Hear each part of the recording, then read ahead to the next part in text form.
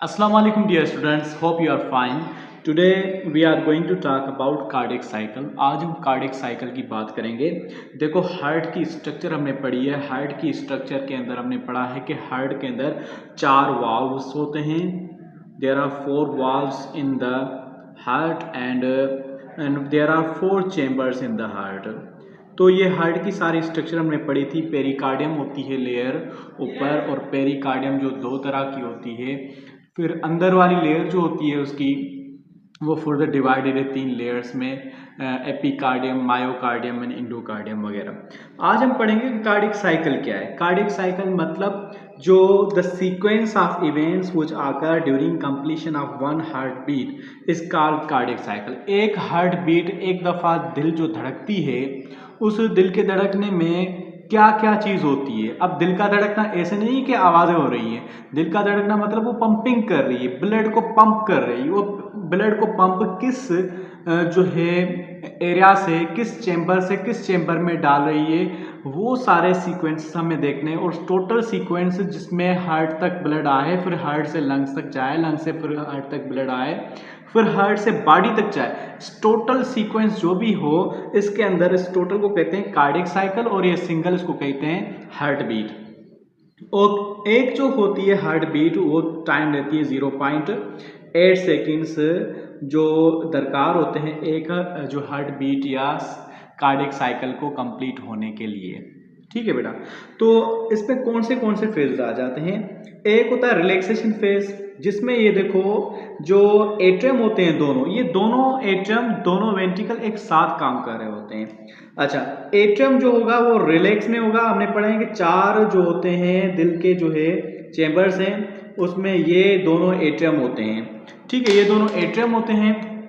और इन एट्रियम के अंदर जो है यहाँ से superior vena cava, inferior vena cava और कार्नरी जो है वेन, उनके जरिए ब्लड इसके अंदर आएगा और ये रिलैक्स पोजीशन में होगी और ब्लड को कलेक्ट कर रही होगी पैसिवली।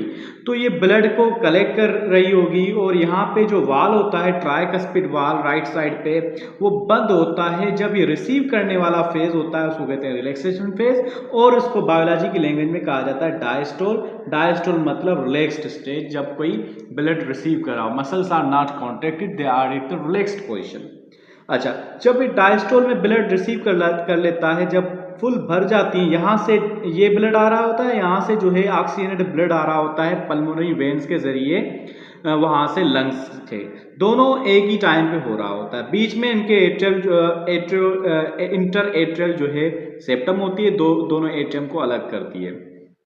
अब जैसे इनके अंदर हार्ट के अंदर ये एटम के अंदर ब्लड भर जाता है डायस्टोल के दौरान, तो जब ज़्यादा भर जाता है तो इसका प्रेशर पड़ता है इस वाल के ऊपर। यहाँ पे जो वाल होते हैं तो ये वाल खुल जाते हैं, पहले बंद होते हैं तो यहाँ पे खुल जाते हैं। तो यहाँ तक जो स्टेप हुआ जब उसने ब्लड को रिसीव किया, इसको हम कहते हैं रिलैक्सेशन फेज, को डायस्टोल कहते हैं, एट्रल डायस्टोल कहते हैं। तो एट्रल डायस्टोल के दौरान कितना टाइम लगता है, वो लगता है 0.4 सेकेंड लगता है। 0.4 सेकेंड्स आर रिक्वायर्ड। उसके बाद ये वाल्व्स खुलते हैं। ट्राइकस्पिड वाल्व यहाँ से खुलेगा, यहाँ पे जो है बाइकस्पिड वाल्व खुलेगा। जब ये ट्राइकस्पिड वाल्व खुलेगा तो ये मतलब एट्रियल क्या करेंगी, कॉन्ट्रैक्ट करेंगी। ये फेज आएगा सेकेंड फेज, ये 1 कह दो, इसको 2 कह दो।